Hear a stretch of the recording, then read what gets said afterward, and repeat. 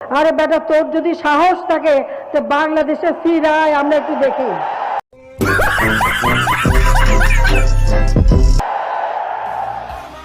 সম্ভবত দিল্লি থেকে শেখ হাসিনা দেখছেন তারেক রহমান দেশে ফিরেছেন, তাকে রাজস্বিক অভ্যর্থনা দেয়া হচ্ছে। পূর্বাচলের ৩০০ ফিটে জুলাই ৩৬ এক্সপ্রেসওয়েতে লাখো মানুষের প্রকম্পিত স্লোগানে তারেক রহমানকে দেশে স্বাগত জানানো হচ্ছে।